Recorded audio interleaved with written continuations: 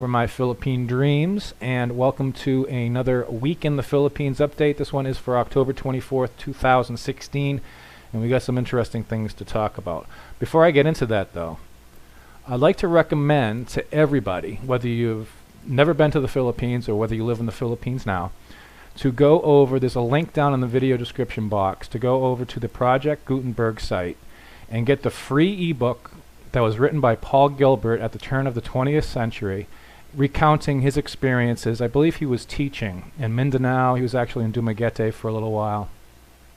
But it's an excellent book. It's very well written, and even though it was written, over 100 years ago, it's still very contemporary with the language and everything. The guy was a great writer. As a matter of fact, I think he did some big kids series over in the UK. So get that book, read that book. It's fantastic. It's free, and what's really interesting reading the book is seeing how the Philippines got to where it is today, because a lot of things haven't changed in over 116 years. Paul Gilbert was actually one of the original, what they call the Thomasites, because when the first steamer, the first ship that came from the United States, full of teachers, engineers, all that stuff, was the USS Thomas. So they call all the people that came over on that first boat the Thomasites, and he was one of the original Thomasites. I think he was here for about 5 years, and he's got some really interesting stories. So that book is free. It's a great resource. It's a great read. It's available in EPUB, Mobi, all those different formats, so you can check it out. All right. So I've been getting a lot. All right, first personal update. I did not go to Apple Island or Siquijor. Michelle went with her sister and one of her friends over the weekend. I was supposed to go to Apo on Sunday, yesterday, but I wasn't feeling that hot. I wasn't feeling that hot the night before, and I wasn't feeling any better the next morning, so I did not go. So I'm kind of disappointed. Actually, around 1:30 in the afternoon, I was feeling better, and I was like, man, I wish I had gone. All right, so first off, let's get into the news. And usually I cover 3 topics. This time we're going to be covering 1 topic, and it has to do with President Duterte's keynote speech that he gave during a trade delegation to China. And as to be expected, President Duterte did not disappoint, and he came out with some pretty interesting stuff, and we're going to go over that. First off, let me say that again, this isn't my opinion. I'm not going to cast judgment. It's not my place as a visitor, as a foreigner living in the Philippines, to cast judgment on what's going on here. I am not a citizen, so I'm just going to be recounting the facts. But I trust that all of our viewers are old enough and mature enough to come to their own conclusions as to these facts. So let's get right into the topic at hand. As we noted in our live broadcast last time, President Duterte made a trip to China this week, bringing with him a delegation of 250 Filipino businessmen looking to network with their Chinese business partners. Early reports are good. I guess they've reported that China has already agreed to billions of dollars worth of investments in the Philippines, having to do with road construction, infrastructure, business, BPOs, outsourcing, and all that stuff. Keep in mind, though, that these don't appear to be grants. It's not like, during Typhoon Haiyan, Yolanda, when all the countries gave all that money to the Philippines for disaster relief. It looks like these are loans. So you got to keep that in mind. The hot topic of the Spratly Islands also got some attention, and both parties agreed to diplomatically work on the situation without heated language used in the past. And that's coming. President Duterte gave a few speeches while in China. This past Thursday, during his keynote speech to the Trade Forum, he made a few fairly direct swipes at Americans, casting them as, quote, loud and discourteous, while at the same time describing Filipinos and other Asians as a very polite people and fundamentally shy. The president then went on to say that Americans are, quote, a little bit loud, sometimes rowdy, and they have this volume of their voice and the larynx is not well adjusted to civility. The problem when you talk to the Westerners, Americans and all, they are a very discourteous people, end of quote. Echoing his earlier reference of a separation of ties with the United States, President Duterte went on to say that U.S. mining interests in the Philippines harm the environment and warned Chinese businessmen not to make deals with Americans, saying, quote, if you do that, that is the shortest way of losing your money, end of quote. The president then went on to relate a personal anecdote having to do with, quote, American idiotic arrogance, end of quote. During a stop at Los Angeles International after a visit to Brazil, President Duterte, I think he was a congressman or mayor back then, stated that he had been questioned by a black security officer while he was unable to show a travel authorization document. Quote, "You know, this guy brought me into a room to interrogate me. So I said, if you detain me any further, and if there's a plane available going back to the Philippines now, I'd be happy to ride. That was the last time I went to America." Then he goes on, "Maybe sometime soon the Americans come to my country for business and all, including pedophilia. And they come to my country sans a visa. They do not need it. They go there as if they own the place, maybe thinking that it was only until now. And Filipinos who go to America and who have the money, they are just not only berated in the visa control in the United States he's talking about, and the consular office, they are humiliated. And so maybe, is there American here? If you are planning to go to my country, you get a visa from where you came from. Maybe," and there was some applause, "it's about time. If you think they're liberal with the Filipinos, it's because they have the brains and you've got the best and brightest of the Filipinos for your country." Then he went on to criticize the United States for atrocities committed by American troops during the early years of the American operations during the Philippine-American War, citing the 1901 Samar Massacre, where the American General Jacob Smith ordered the killing of Filipinos under age of 10, and the 1909 Budajao Massacre, this is down in Mindanao, in which hundreds of Muslim Moro tribesmen were killed by U.S. forces on the Sulu Peninsula and Mindanao, among them women and children. This hasn't been the first time the Philippines president has recounted those terrible happenings from the Philippine-American War. All right, so he's got a really important point here. The Philippine-American War at the turn of the century was very brutal and it was very bloody. Most of the soldiers, the vast majority of the soldiers coming over from the United States to the Philippines were from the Indian Wars. They had been, dealing with the atrocities there and the brutal warfare out in the West and subjugating the Indians. So they were a pretty brutal bunch.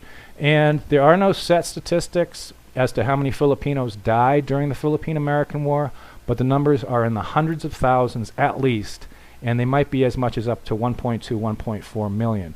Keep in mind that a lot of these deaths by the Filipinos during the American occupation weren't actually being shot or cannoned or whatever they were doing. What happened was the Americans set up these horrible internment camps, which are basically concentration camps, and there was horrible cholera outbreaks. And we just saw this recently. Cholera, it only happens, with fecal matter in the water, and people start drinking that, and it gets communicated that way. And we've most recently saw it in Haiti after the horrible hurricane down there, and all the infrastructure was basically destroyed again, so they're dealing with a cholera outbreak. So the vast majority of these deaths during the American occupation were actually by disease, cholera, after the Americans forced them into internment camps. General Jacob Smith is quoted as saying, and I've mentioned this before, "I want no prisoners. I wish you to kill and burn. The more you kill and burn, the better it will please me. The interior of Samar must be made a howling wilderness." Basically what happened was he got court-martialed when he returned to the United States for these atrocities, for making these orders. He denied it at first, but then they brought up a bunch of officers who said, yeah, he did say that, kill anybody over the age of 10 that's capable of bearing arms. And he got found guilty, but he was like reprimanded or something. He didn't do any time, he wasn't locked up, and eventually later on he died right before the First World War. And he had volunteered to go back to active duty, but they didn't want him because he had been disgraced. Finally, billions of dollars pour into the Philippines every year from OFWs in the United States, and there is a long history of trust and mutual aid between the two nations. Despite this, however, the president's rhetoric will actually how the president's rhetoric will actually pan out remains to be seen, especially when it comes to repercussions falling on foreigners living, working, studying, or retiring in the Philippines. Being an optimist, because you got to be an optimist, I am hoping that it'll all work out. Also being a realist, however, one has to prepare for any eventuality. Forewarned, being forearmed, and all of that. Always have an exit plan. And if you go to our site, and there's a link down to the site, to the blog article that I just basically read, there's a link to the full keynote speech at the trade delegation up in China, and I believe it's on Philstar, and you can check it out there. There's been a lot of questions, and I've been getting all kinds of messages and people asking me my opinion on what's going on. I'm not sure. We have to wait and see. This is the part where everybody has to wait to see how this is actually going to pan out. President Duterte obviously has issues with the United States. He's going back in history to the Philippine-American War 116 years ago to talk about some of those issues that he has. He also has personal issues with the United States now because he had that problem when he went to the United States and he got accosted by that black officer, quote unquote, that was asking about some missing travel documents that he had. And he's also still upset about President Obama questioning the salvage, the salvaje, the extrajudicial killings that have been occurring ever since he became president. So as foreigners, as expats, we just got to wait and see what's going to happen. I'm not sure. I have an exit plan. I've already told you what I'm going to do. And we just got to, stay in touch with what's going on. I like living in the Philippines. I like Filipinos. I think the culture is pretty interesting.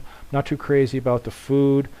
But overall, I really enjoy living here. So I'm hoping it's all going to work out. And what's interesting also is when he's making these statements, he has this guy, I think it's one of the ambassadors to the U.S. or something, who comes in the next day and basically tries to cover over and explain what the president was actually saying and to say, no, we're not actually separating from the United States.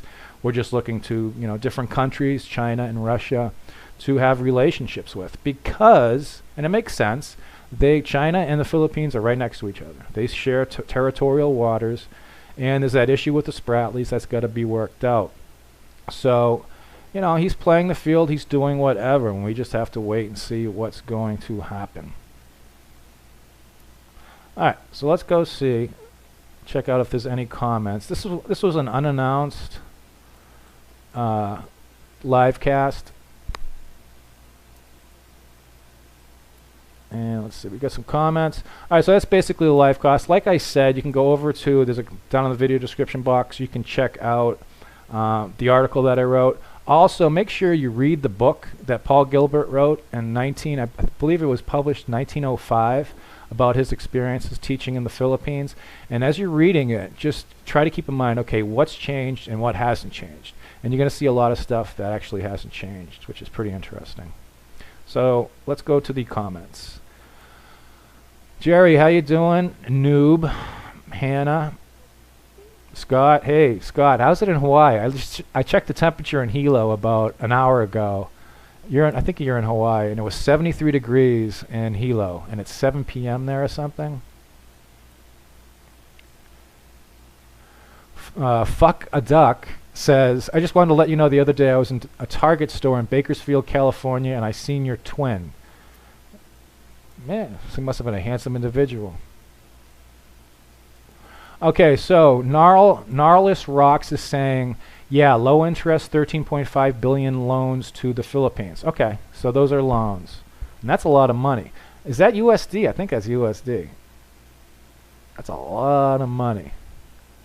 Trevor still just jet lag, got back from the Philippines. I hope you enjoyed your stay.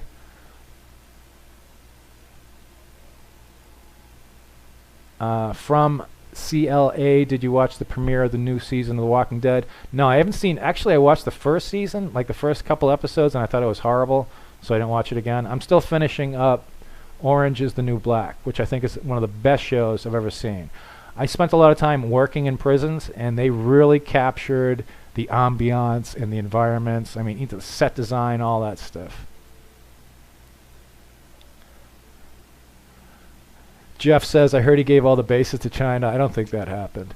All right, one thing we also have to keep in mind is if he really wants to get hardcore, and because he has to pass all this stuff. I mean, there's laws, there's trade agreements, there's all this stuff, military cooperation agreements. And if he really wants to dissolve all this stuff, it has to go through Congress. Basically, there's all this checks and balances. But if he really wanted to get hardcore, he could declare martial law, dissolve Congress, dissolve habeas corpus, where you can get arrested for anything, close the borders, close the banks, international bank transfers, all that stuff. So if he wanted to get hardcore, he could do that. Scott says 8:30 net and about 78 degrees. Ah, that's so nice. It's so much cooler there. Melly says, I've never been to Visayas Islands. Oh, Visayas are very nice. I like it. Everybody speaks Bisaya. You travel around and every place kind of looks the same. Walking By says, haha, that's so true. Duterte says things and you're like, WTF. Then the next day, the things he said have changed. Yeah. It's kind of like the relation. It reminds me of there's this. If you're not American, we got this guy Donald Trump running for president, and he sometimes comes out with these sometimes crazy comments, and the next day the vice presidential candidate, Mike Pence, I believe his name is, has to try to put lipstick on the pig that Trump created. So there's like that thing going on. As a matter of fact, I think the U.S. ambassador to the Philippines got some heat for describing it that way, the relationship between Duterte and I believe the other ambassador. President Duterte, I should say.